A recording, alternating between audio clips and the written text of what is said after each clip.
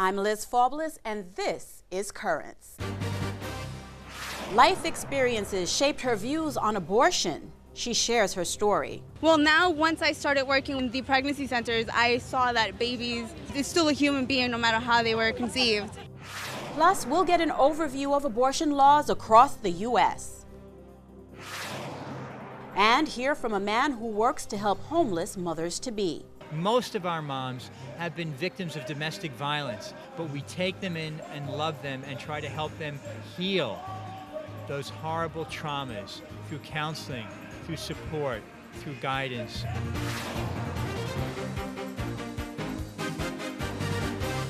Good evening, and thank you for joining us. It was again a huge turnout in Washington as tens of thousands of people converged on D.C. for the 39th annual March for Life. The event coincides with the anniversary of the Supreme Court's 1973 Roe v. Wade decision that legalized abortion in all 50 states. The crowd heard from a diverse group of people: bishops, pastors, leaders of pro-life organizations, and even elected officials. Brooklyn and Queens were well represented as around 350 people from the diocese traveled down to Washington, including the young lady we're about to hear from. Reina Carolina runs the Queens office of the Expectant Mother Care Crisis Pregnancy Center. We caught up with her in Washington, where she shared her story about why she's pro-life and why she marched.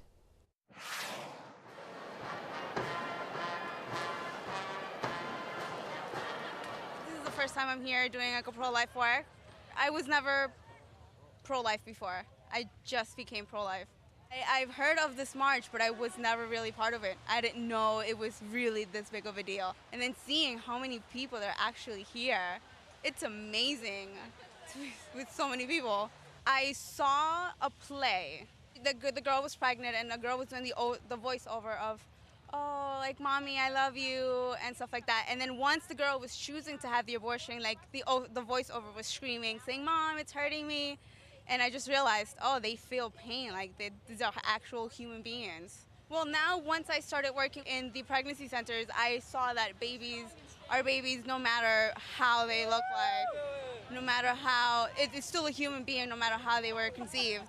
Well, Expectant Mother Care is a pregnancy center, it's a crisis center, where women come in here thinking we're an abortion clinic because we advertise it as a free abortion alternative. So every woman that comes in is because abortion is coming to their head.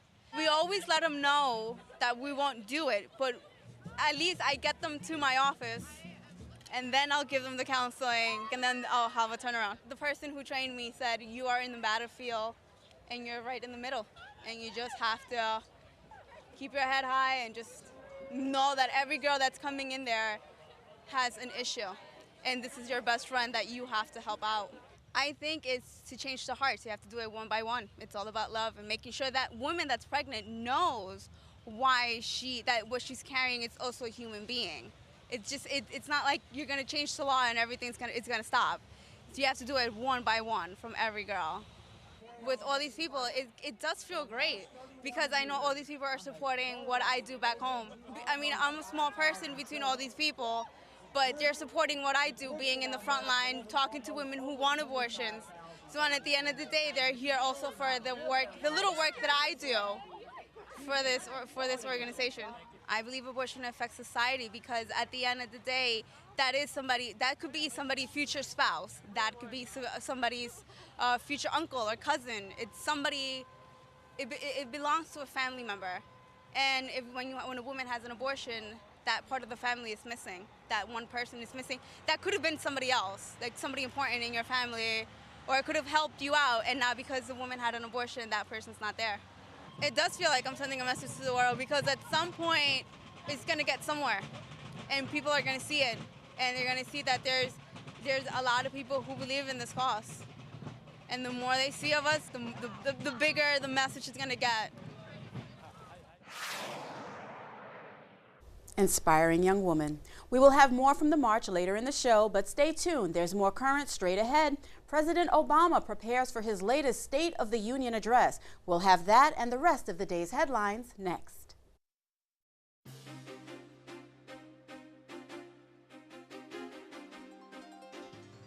Welcome back to Currents. I'm Liz Faublas. Coming up later, giving expectant mothers a place to call home. But first, let's have a look at the day's headlines. Rick Santorum took some flack yesterday for a remark made by a supporter down in Florida.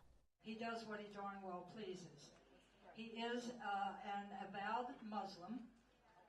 Santorum was criticized for not correcting the misstatement that President Obama is Muslim. In his response to the woman's question, Santorum made no reference to it.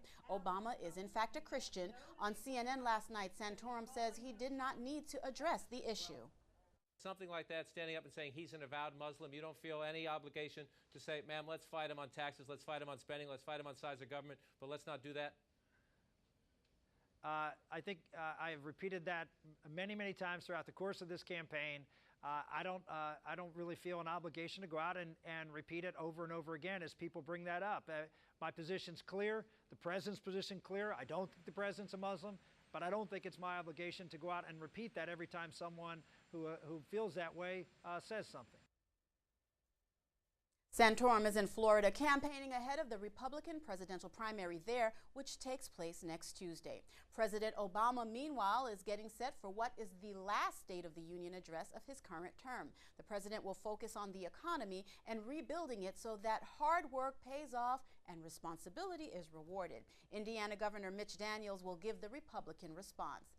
And the head of a prominent pro-life organization is calling Obama a, quote, unjust aggressor in a war on religious freedom. The president of Human Life International tells the Daily Caller that the Obama administration is not recognizing the difference between freedom of worship and freedom of religion.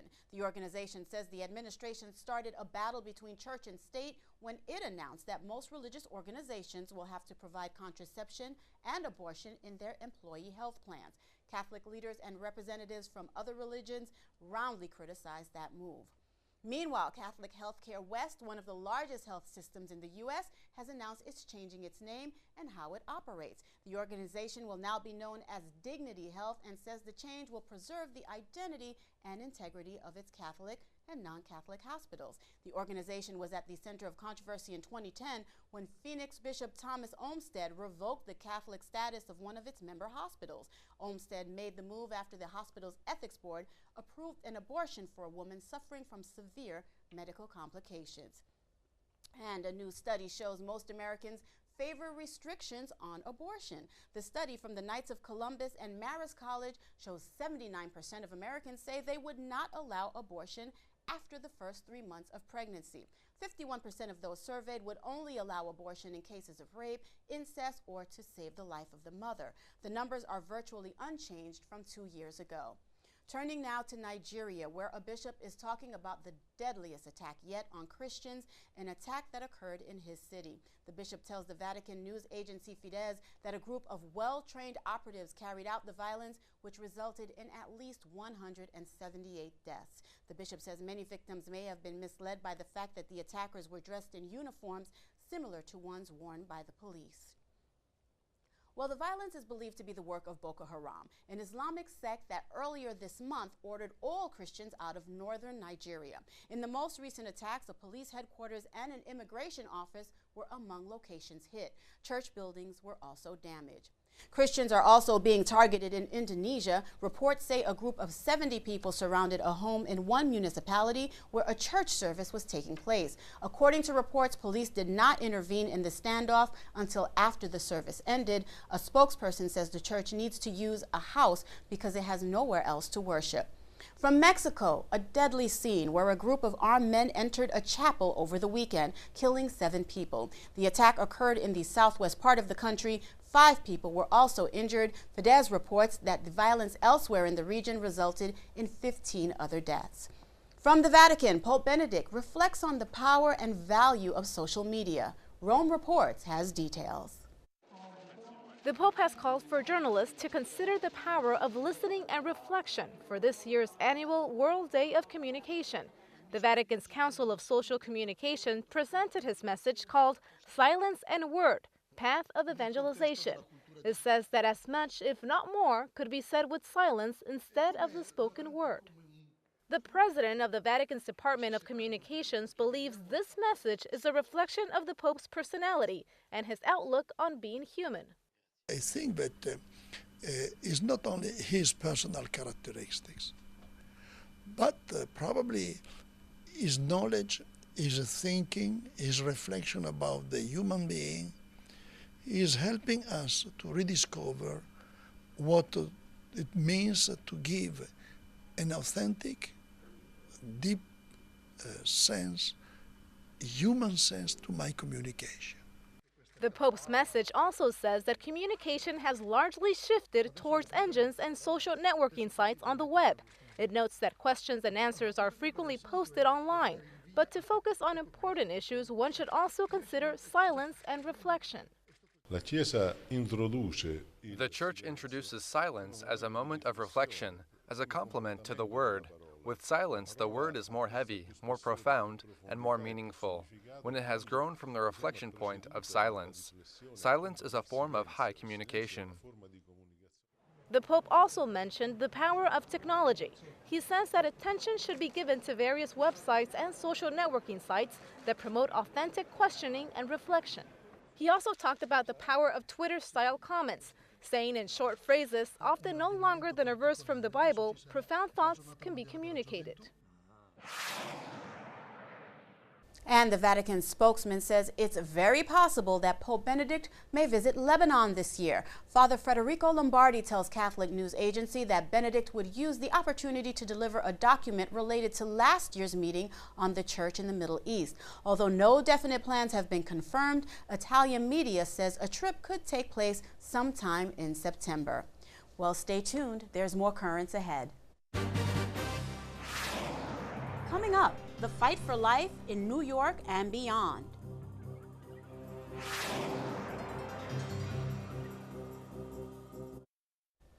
Welcome back. Well, when it comes to relevant life-changing issues surrounding pro-life agendas, suffice it to say this has been a very busy year so far, and we are less than 1 month in. As we continue to bring you reaction from this week's March for Life and put legislation such as the Department of Health and Human Services mandate on birth control in perspective, one thing is certain. U.S. Catholic bishops are determined to challenge and repair the politics that have no regard for human life and seek to upend one of the First Amendment's fundamental premises, the separation of church and state. Earlier, I spoke with Kathleen Gallagher, pro-life activities director of the New York State Catholic Conference, about her take on recent legislation and events that have raised significant concerns and galvanized the Catholic community. And Kathy Gallagher, thank you so much for being with us today. Thanks. Nice to be here. Kathy, abortion across 50 states. Now, to this day, when you hear the words, it sends shockwaves through the Catholic Church and Catholic organizations across the nation.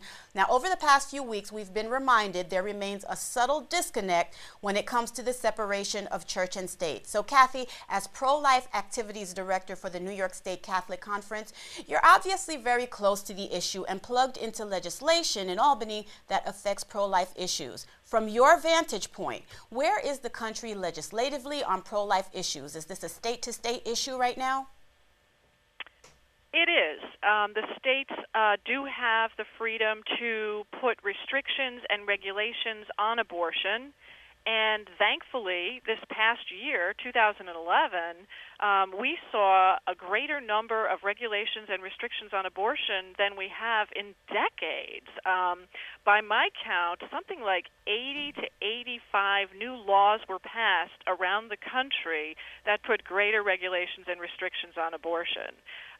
So things like bans on later-term abortions, like third trimester abortions. 5 states banned them.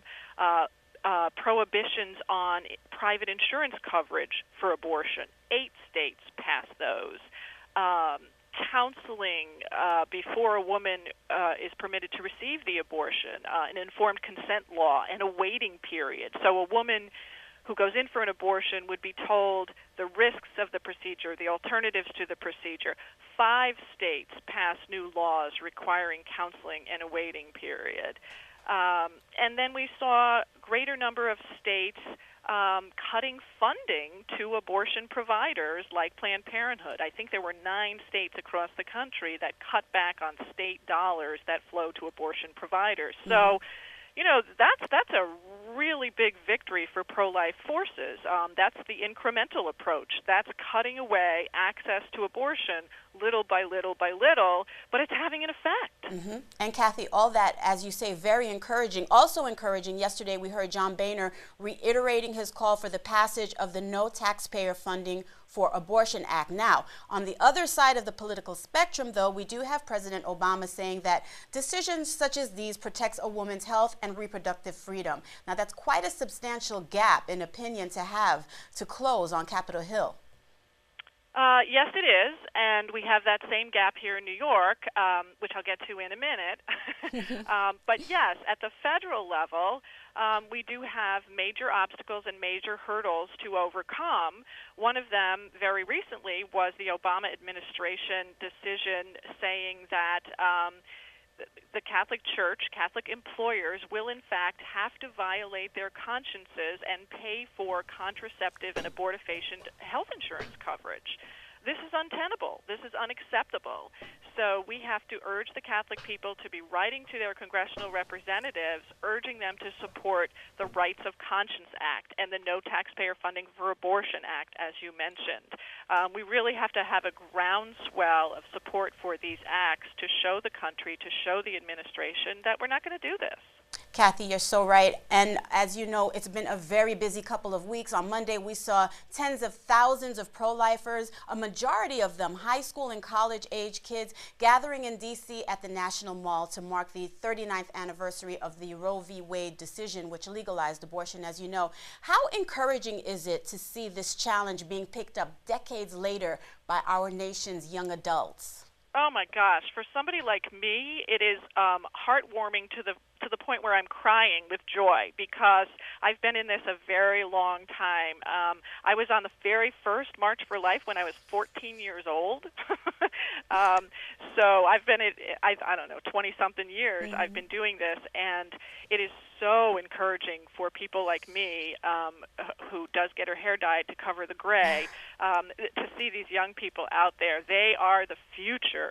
We need to protect the future. They are the future. So that was very heartwarming. Can I just get back to New York for a minute? Absolutely. Well, here in New York, unfortunately, we buck the trend of what all those other states are doing in terms of restricting and regulating abortion. New York seems to be moving in the opposite direction.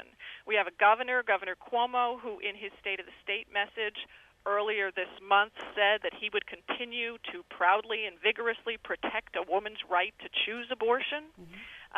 We have a state legislature where the Democratic minority in the Senate put forth a resolution declaring this week as Reproductive Rights and Justice Week. I mean, I'm almost beyond belief that they would even do that. A week that marks the solemn anniversary of the hideous U.S. Supreme Court decision that legalized abortion.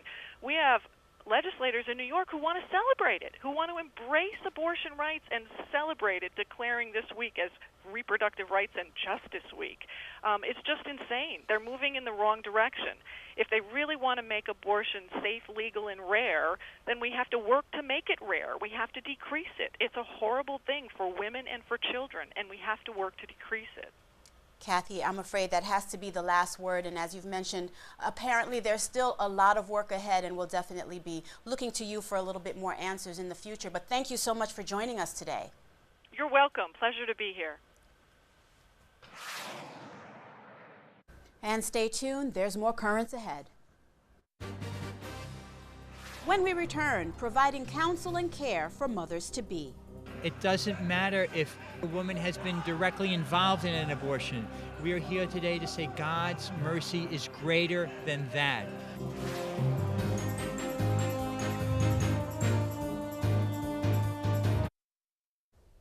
Finally tonight, the tens of thousands of people who converged on Washington for this year's March for Life brought their argument to its source, the Supreme Court and the legislators with the ability to change the laws of the country. Among the pro-life activists from our area who are in D.C., a man who's helping to give expectant mothers who have nowhere to turn a place to call home.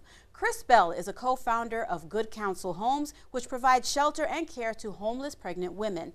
We caught up with him at the march.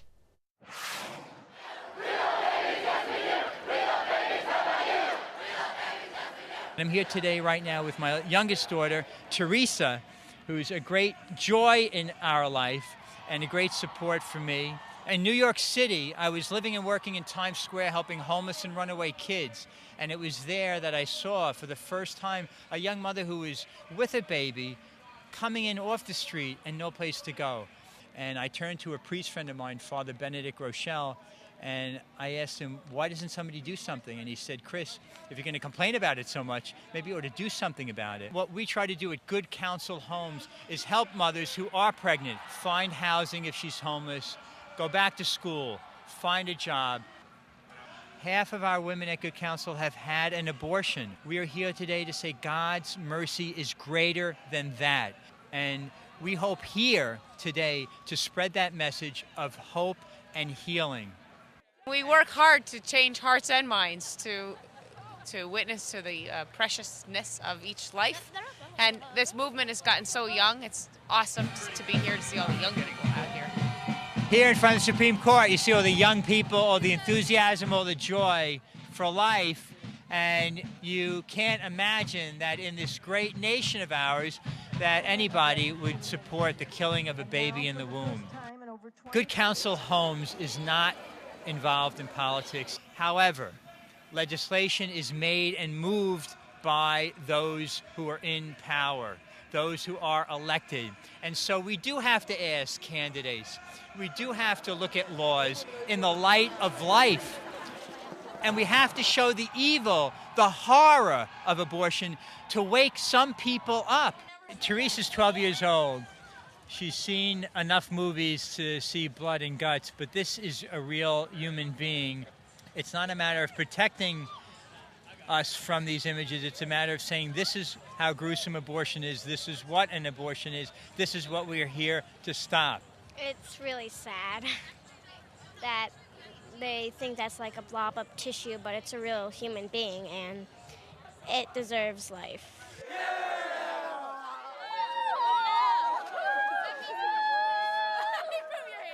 My mother let me have life, and instead of like giving me for abortion, she let me be adopted by my parents.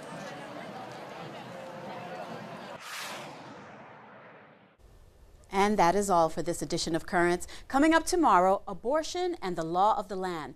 Cardinal Designate Timothy Dolan shares his thoughts on the current state of things. Until then, be sure to visit us online at currentsny.net. You can also connect with us on Facebook for the latest Catholic news. And if you have a question, comment, or story idea, email us. The address is dropusaline@currentsny.net. For all of us here at Currents, I'm Liz Faublis. Thank you for watching and have a great night.